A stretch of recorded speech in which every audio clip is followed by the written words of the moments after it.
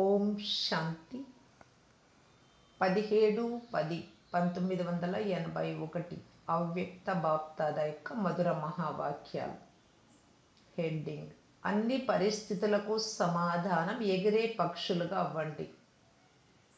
బాప్దాదా పిల్లలందరికీ నయనాల యొక్క భాష ద్వారా ఈ లోకము నుండి అతీతంగా అవ్యక్త వతన్ వాసులుగా తయారు చేసే ప్రేరణనిస్తూ ఉన్నారు. ఏ విధంగా బాప్దాదా అవ్యక్త వతన్ వాసులుగా ఉన్నారో అలాగే తత్వం యొక్క వరదానంని ఇస్తూ ఉన్నారు, నా సమానంగా కమ్మని. ఫరిస్తాల లోకంలో ఉంటూ ఈ సాకార ప్రపంచంలోకి కర్మ చేసేందుకు రండి. కర్మ చేశాక కర్మయోగులుగా అయ్యాక మళ్ళీ ఫరిస్తాలుగా అయిపోండి. ఇదే అభ్యాసమును సదా చేస్తూ ఉండండి. సదా నేను ఫరిస్తాల లోకంలో ఉండే అవ్యక్త ఫరిస్తా స్వరూపమును అనే స్మృతి ఉండాలి. ఈ భూమిపై నివసించే వారము కాదు, ఆకాశ నివాసులము. ఫరిస్తాలు అనగా ఈ వికారీ ప్రపంచము, వికారీ దృష్టి వృత్తుల నుండి అతీతంగా ఉండేవారు. ఈ విషయాలన్నింటి నుండి అతీతంగా ఉండేవారు. వారు సదా బాబాకు ప్రియమైన వారిగా ఉంటారు మరియు బాబా వారికి ప్రియమైన వారిగా ఉంటారు. ఇరువురు పరస్పరం ఒకరి స్నేహంలో ఒకరిముడిపోయి ఉంటారు. మరి ఇటువంటి ఫరిస్తాలుగా అయ్యారా?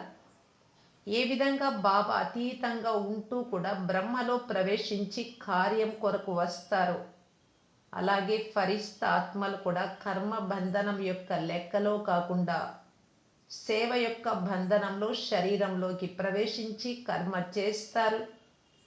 మరి ఎప్పుడు కావాలి అనుకుంటే అప్పుడు అతీతంగా అయిపోతారు. ఇటువంటి కర్మ బంధన ముక్తులుగా ఉండండి. వారిని ఫరిస్తాలు అని అంటారు. బాబాకు చెందిన వారిగా అయ్యారు అనగా పాత దేహము మరియు దైహిక ప్రపంచం యొక్క సంబంధము సమాప్తమైంది. కావున దీనిని మరజీవ జీవితమని అంటారు. కావున పాత కర్మల యొక్క ఖాతాలు సమాప్తమయ్యాయి మరియు క్రొత్త బ్రాహ్మణ జీవితం యొక్క ఖాతా ప్రారంభమైంది.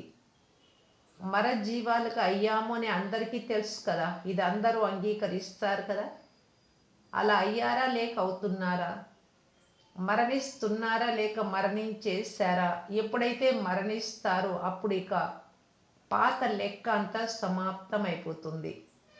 బ్రాహ్మణ జీవితం కర్మ బంధనం యొక్క జీవితం కాదు, ఇది కర్మయోగి జీవితం యొక్క జీవనంగా ఉంటుంది. అధికారులుగా అయ్యి కర్మ చేసినట్లయితే అది కర్మ బంధనం కాదు, కానీ కర్మేంద్రియాలపై అధికారులుగా అయ్యి ఏది కావాలి అనుకుంటే, అది ఎలాంటి కర్మ కావాలి అనుకుంటే అలాంటి కర్మను, ఎంత సమయం కర్మ చేయాలి అనుకుంటే అంతగా కర్మేంద్రియాలతో కర్మను చేయించే వారిగా ఉంటారు.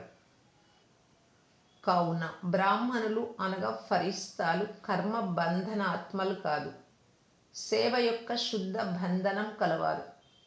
ఈ దేహము సేవార్థం లభించింది. మీ కర్మ బంధన లెక్కాచారాల జీవితం యొక్క లెక్కలు సమాప్తమైపోయాయి. ఇది క్రొత్త జీవితం. ఇదైతే అందరూ భావిస్తున్నారు కదా. పాత లెక్కలు ఇంకా ఇప్పటి వరకు మిగిలే లేవు కదా. మహారాష్ట్ర వారు ఏం భావిస్తూ ఉన్నారు, టీచర్లు ఏం భావిస్తూ ఉన్నారు? లెక్కాచారాలను సమాప్తం చేయడంలో చురుకైన వారిగా ఉన్నారా లేక సాధారణంగానే ఉన్నారా? వాటిని తీర్చుకోవడం అయితే మీకు వస్తుంది కదా. ఫరిస్తాలుగా అయిపోయినట్లయితే శ్రమ నుండి విముక్తులవుతారు. నడిచేవారు, పరిగెత్తేవారు, దుమికి వెళ్ళేవారు, వీరందరికన్నా ఉన్నతమైన వారు ఎగిరి వెళ్ళేవారు. ఆత్మ ఎగిరే పక్షి వంటిది, అది నడిచి వెళ్ళే పక్షి కాదు. కావున అనాది సంస్కారాలను భారం యొక్క కారణంగా మర్చిపోయారు. ఫరిస్తాలకు బదులుగా కర్మ బంధనులుగా ఎగిరే పక్షులకు బదులుగా పంజరంలోని పక్షులుగా అయిపోయారు. ఇప్పుడు మళ్ళీ పైకి ఎగిరే పక్షి యొక్క అనాది సంస్కారాలను ప్రత్యక్షం చేయండి అనగా ఫరిస్తా రూపంలో స్థితులు అవ్వండి. తత్వం యొక్క వరదానులుగా అవ్వండి. దీనినే సహజ పురుషార్థం అని అంటారు. భిన్న భిన్న పరిస్థితులలో ఏమి చెయ్యను, ఎలా చెయ్యను అన్న శ్రమను ఏదైతే పడతారో దానివల్ల పరిస్థితి పెద్దగా అయిపోతుంది మరియు మీరు చిన్నగా అయిపోతారు. పరిస్థితి శక్తిశాలిగా అయిపోతుంది, మరి మీరు బలహీనంగా అయిపోతారు. ఏ పరిస్థితిలోనైనా ప్రవృత్తి యొక్క ఆధారంపై వచ్చే పరిస్థితి అయినా, లేక మీ తనువు యొక్క సంబంధంతో వచ్చే అనారోగ్యం లాంటి పరిస్థితులైనా, లౌకిక అలౌకిక సంబంధం యొక్క ఆధారంపై వచ్చే ఏ పరిస్థితి అయినా, మీ యొక్క లేక ఇతరుల యొక్క సంస్కారాల ఆధారంపై వచ్చే పరిస్థితులైనా సరే, అన్ని పరిస్థితులలోనూ ఏమిటి మరియు ఎందుకు అనే ప్రశ్నలకు ఏకైక జవాబు ఒక్కటే ఒకటి: ఎగిరే పక్షులుగా అయిపోవడం. పరిస్థితి క్రిందకు మరియు మీరు పైకి వెళ్ళిపోండి. పైనుండి క్రింద ఉన్న వస్తువు ఎంత పెద్దగా ఉన్నా కానీ చిన్నగానే అనుభవం అవుతుంది. కావున అన్ని పరిస్థితులను దాటి వెళ్లేందుకు సహజమైన దారి ఫరిస్తాలుగా అవ్వండి మరియు ఎగిరే పక్షులుగా అవ్వండి. సహజ పురుషార్థం ఏమిటో అర్థమైందా? ఇది నా స్వభావము, నా సంస్కారము, నా బంధనము అన్న నాది అనే బంధనాన్ని మరజీవాగా అయినప్పుడు మరి సమాప్తం చేయలేదా? ఫరిస్తా స్వరూపం యొక్క భాషలో నాది నాది అనేది ఏది ఉండదు. ఫరిస్తాలు అనగా నాది అనేది మీదిగా అయిపోవడం. ఈ నాది నాది అనేది నేలపైకి తీసుకొస్తుంది క్రిందకు, మరియు మీది మీది అనేది బాబాది అనేది సింహాసనాన్ని అధిష్ఠింపజేస్తుంది. కావున ఫరిస్తాలుగా అవ్వటం అనగా నాది నాది అనే బంధనం నుండి ముక్తులుగా అవ్వడం. అలౌకిక జీవితంలో కూడా నాకు ఒక్క బాబా తప్ప ఇంకెవ్వరూ లేరు, మరి ఇటువంటి ఫరిస్తాలుగా అయ్యారా? మరి మహారాష్ట్ర వారు ఏమవుతారు? మీకు ఫరిస్తాలుగా అవ్వడం అయితే వస్తుంది కదా. అన్ని సమస్యలకు ఒకే సమాధానం: ఎగిరే పక్షులుగా అవ్వండి. మరియు తయారు కూడా చేయాలి అలా. ఇది గుర్తుంచుకోండి. అర్థమైందా? అచ్చా. ఇటువంటి బాబా సమానంగా అవ్యక్త రూపధారి ఫరిస్తా స్వరూపులకు నాకు ఒక్క బాబా తప్ప ఇంకెవ్వరూ లేరు అని భావించే ఇటువంటి అతీతమైన మరియు ప్రియమైన స్థితిలో ఉండే వారికి, సదా కర్మేంద్రియ జీతులకు, కర్మయోగులకు మరియు కర్మాతీతులకు, ఇదే అభ్యాసంలో ఉండేవారికి, సదా బంధన ముక్తులకు, సేవ యొక్క బంధనంలో ఉండేవారికి, ఈ విధంగా బాబా సమానంగా తత్వం యొక్క వరదాని పిల్లలకు బాప్దాదా యొక్క ప్రియ స్మృతులు మరియు నమస్తే. పార్టీలతో అవ్యక్త బాప్దాదా మిలనం. సదా స్వయాన్ని సృష్టి డ్రామాలో హీరో పాత్రధారులుగా భావిస్తూ నడుస్తున్నారా? హీరో పాత్రధారులు ఎవరైతే ఉంటారో వారికి ప్రతి అడుగులోనూ తమ పైన తమకు ధ్యాస ఉంటుంది. వారి ప్రతి అడుగు సదా గాయన యోగ్యంగా మరియు వన్స్ మోర్ అనే విధంగా ఉంటుంది. హీరో పాత్రధారుల యొక్క అడుగులేవైనా పైకి క్రిందికి అయితే వారు హీరోలుగా పిలువబడజాలరు. కావున మీరందరూ డబల్ హీరోలు. హీరోలు అంటే విశేష పాత్రధారులు మరియు హీరో వంటి జీవితాన్ని తయారు చేసుకునేవారు కూడా. కావున ఈ విధంగా మీ స్వమానాన్ని అనుభవం చేసుకుంటూ ఉన్నారు. ఒకటేమో తెలుసుకోవడం, ఇంకొకటి తెలుసుకొని నడుచుకోవటం. మరి మీరు తెలుసుకున్నారా లేక తెలుసుకొని ఆ విధంగా నడుచుకుంటూ ఉన్నారా? కావున సదా మీ హీరో పాత్రను చూస్తూ మీ హీరో పాత్రను హర్షితంగా ఉండండి. ఓహో డ్రామా, ఓహో నా పాత్ర. కర్మ కొద్దిగా సాధారణంగా అయినా హీరోలుగా పిలువబడజాలరు.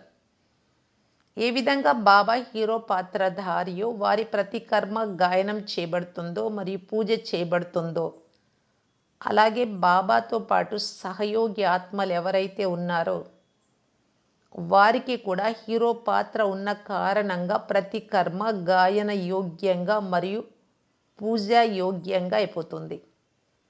మరి ఇంతటి నశ ఉందా లేక మర్చిపోతున్నారా? అర్ధకల్పం మర్చిపోయారు, మరి ఇప్పుడు కూడా మర్చిపోవాలా? ఇప్పుడు ఇక స్మృతి స్వరూపులుగా అయిపోండి. స్వరూపముగా అయ్యాక ఎప్పుడు మర్చిపోకూడదు. జీవితాన్ని శ్రేష్టంగా తయారు చేసుకునేందుకు సహజ సాధనం ఏంటి? ఎప్పుడైతే స్వయాన్ని ట్రస్టీలుగా భావిస్తూ నడుచుకుంటారో అప్పుడు జీవితం శ్రేష్టంగా అవుతుంది. ట్రస్టీలు అనగా అతీతమైన వారు మరియు ప్రియమైన వారు.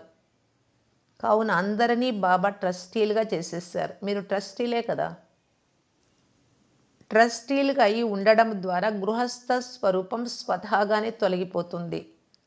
గృహస్థ స్థితి శ్రేష్ఠ జీవితం నుండి క్రిందకు తీసుకొస్తుంది. ట్రస్టీకి తనది అంటూ ఏది ఉండదు. నిమిత్త మాత్రంగా ఉంటారు. ఎక్కడైతే నాది అనేది ఉండదో అక్కడ స్వతహాగానే నష్టోమోహులుగా ఉంటారు. సదా నిర్మోహులు, మోహం లేనివారు అనగా సదా శ్రేష్ఠులు, సుఖంలో ఉండేవారు. మోహంలో దుఃఖం ఉంటుంది కావున నష్టోమోహులుగా అవ్వండి. ప్రవృత్తి వారితో అందరూ ప్రవృత్తిలో ఉంటూ సదా అతీతమైన మరియు ప్రియమైన స్థితిలో ఉండేవారే కదా! ప్రవృత్తి యొక్క ఏ లౌకిక సంబంధము లేక లౌకిక వాయుమండలము వైబ్రేషన్లోకి రావడం లేదు కదా!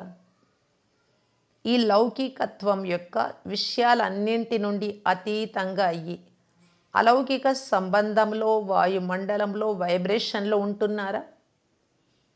లౌకికత్వం అయితే లేదు కదా! ఇంటి యొక్క వాయుమండలమును కూడా ఇలాగే అలౌకికంగా తయారు చేశారా? అది లౌకిక ఇల్లులా అనిపించకూడదు. సేవా కేంద్రం యొక్క వాయుమండలం అనుభవం అవ్వాలి.